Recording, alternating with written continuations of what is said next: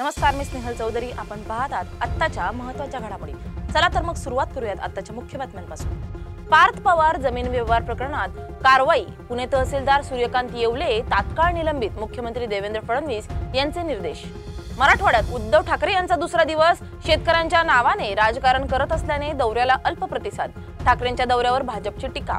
शिवसेना मंत्र्यांकडून जिल्हाधिकारी पदाचा अपमान. कलेक्टर बडा या गुलाबराव पाटील बडा. गुलाबराव पाटलांचं वक्तव्य चर्चेत. स्थानिक स्वराज्य संस्था निवडणुकीच्या तयारीला वेग. जळगावमध्ये 18 नगरपालिका आणि नगर परिषद निवडणुकांसाठी तयारी पूर्ण. रायगडमध्ये गोरगरिबांच्या आरोग्याशी खेळ. धान्यात आढळल्या जिवंत आळ्या. पाहुयात सविस्तर बातम्या. पार्थ पवार जमीन घोटाळ्या प्रकरणी मोठी अपडेट समोर आली आहे. जामीन घोटाळ्या प्रकरणी तहसीलदारांचे तडकाफडकी निलंबन करण्यात आलंय. अंबादास दानवेंनी उपमुख्यमंत्री अजित पवार यांचा मुलगा पार्थ पवारवर जमीन घोटाळ्याचा आरोप केलाय. या प्रकरणी विरोधकांनी टीकास्त्र डागल्यानंतर सरकारने आता कारवाईला सुरुवात केल्याचं पाहायला मिळतंय. संबंधित जागा प्रकरणी तहसीलदारांचे तडकाफडकी निलंबन करण्यात आले असून मुख्यमंत्र्यांनी निलंबनाचे आदेश दिल्याने राजकीय वर्तुळात चांगलीच खळबळ उडाली आहे. उद्धव ठाकरेंच्या दौऱ्यावर भाजपची टीका. उद्धव ठाकरे कालपासून मराठवाड्याच्या दौऱ्यावर आहेत. ठाकरेंच्या पाहणी दौऱ्यावर भाजपने टीकास्त्र सोडले. ठाकरे शेतकऱ्यांच्या नावावर राजकारण करत असल्याने दौऱ्याला अल्प प्रतिसाद मिळत असल्याचं राम कुलकर्णी यांनी म्हटलंय. तर धाराशिव येथे पंचतारांकित हॉटेलमध्ये बसून त्यांनी संघटनात्मक बैठका घेतल्या. मग हा दौरा शेतकऱ्यांच्या डोळ्यातले अश्रू पुसण्यासाठी कसा असू शकतो असा प्रश्न देखील राम कुलकर्णी यांनी उद्धव ठाकरेंना विचारलाय. शेतकऱ्यांच्या नावाखाली मराठवाड्याच्या राजकीय सहलीवर असलेले उद्धवजी ठाकरे यांच्या दौऱ्याचा आज खऱ्या अर्थाने दुसरा दिवस आहे. काल त्यांनी संभाजीनगर, बीड, धाराशिव जिल्ह्यात काही शेतकऱ्यांच्या सोबत संवाद साधण्याचा प्रयत्न केला, पण बीड मध्ये तर त्यांचा फज्जा उडाला.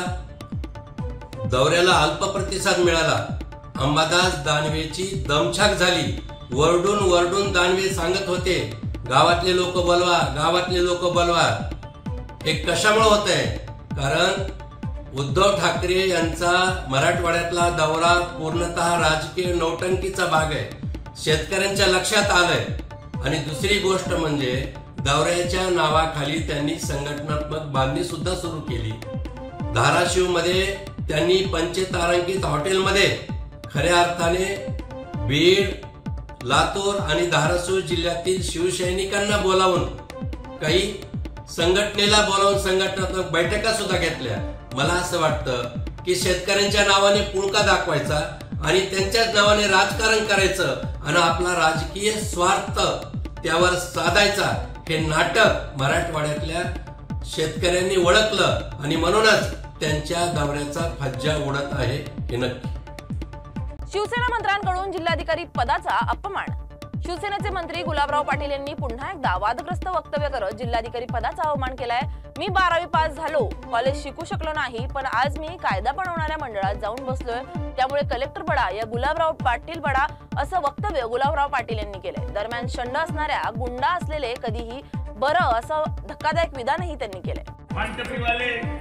एक पोलीस गणपती आले का पोलीस आले, दुर्गा आले की पोलीस आले. आता काय हवाय आपली गाडी मागं मदनी साधं आहे काय? ही बाळासाहेबांची कृपा आहे, ही शिंदे साहेबांची कृपा. आपली शिंदे साहेब बघा ना, त्यांना जर आपण मुख्यमंत्री असायचं तर भेटायला सांगायचो की साहेब आम्हाला भेटायचंय 1 वाजता या रात्री.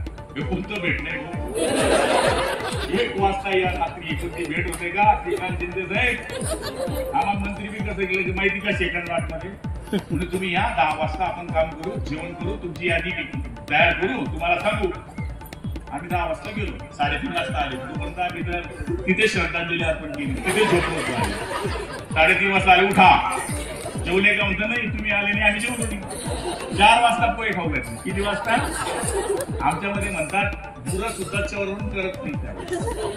त्यावेळेस या गुरांनी खाल्लं जे 4 वाजता आम्हाला पोहे खाल्ले. मग आम्ही मंत्री होण्याच्या आशेवर होतो. आशा फार वाईट असते. मग आम्हाला म्हणले आता तुम्ही जा, आता सकाळी यादी येईल. 2 तास पुन्हा झोपू दिले. असे आपले मुख्यमंत्री, साधे कपडे, पांढरे कपडे, तेज बूट. हा सरपंच झाला का इतके कडक कपडे घालतो तर दुसऱ्या वेळेस हा कधीच मिळू देत नाही. साधं राहा, साधं शिका. शिंदे साहेबांकडे बघून शिका. तेच कपडे, तेच बूट, तोच टिक्का, तेच वागणं, तोच चष्मा, तीच दाढीवर हात ठेवणं शिका ना. हा जेडपी मेंबर झाला का 2 मोबाईल होऊन जाता याच्या हातात. जळगावमध्ये 18 नगरपालिका आणि नगर परिषद निवडणुकांसाठी तयारी पूर्ण. जळगाव जिल्ह्यातील 18 नगरपालिका आणि नगर परिषदांसाठी निवडणुका होणार असून त्यासाठीची तयारी जळगाव जिल्हा प्रशासनाने पूर्ण केली आहे. यामध्ये भुसावळ नगरपालिका अ श्रेणीची तर 5 नगरपालिका ब आणि 10 नगरपालिका क श्रेणीची शहरे आहेत, अशी माहिती जळगावचे जिल्हाधिकारी रोहन घुगे यांनी दिली आहे. निवडणूक काळात अधिकाऱ्यांना आचारसंहितेचे काटेकोरपणे पालन करण्याच्या सूचनाही त्यांनी दिल्या आहेत. रायगडमध्ये गोरगरिबांच्या आरोग्याशी खेळ. धान्यात आढळल्या जिवंत आळ्या. शासनामार्फत रेशन दुकानातून देण्यात येणाऱ्या धान्यावर आदिवासी व गोरगरीब सर्वसामान्य जनतेचं पोट भरतं, मात्र तेच धान्य आता नागरिकांसाठी जीवघेणं ठरतंय. रायगडच्या वाघोशीमध्ये रास्ताभाव धान्य दुकानात चक्क जिवंत आळ्या आणि उंदीर व पालीच्या लेंड्या सापडल्यात. त्यामुळे नागरिकांच्या आरोग्याचा गंभीर प्रश्न पुन्हा एकदा ऐरणीवर आलाय.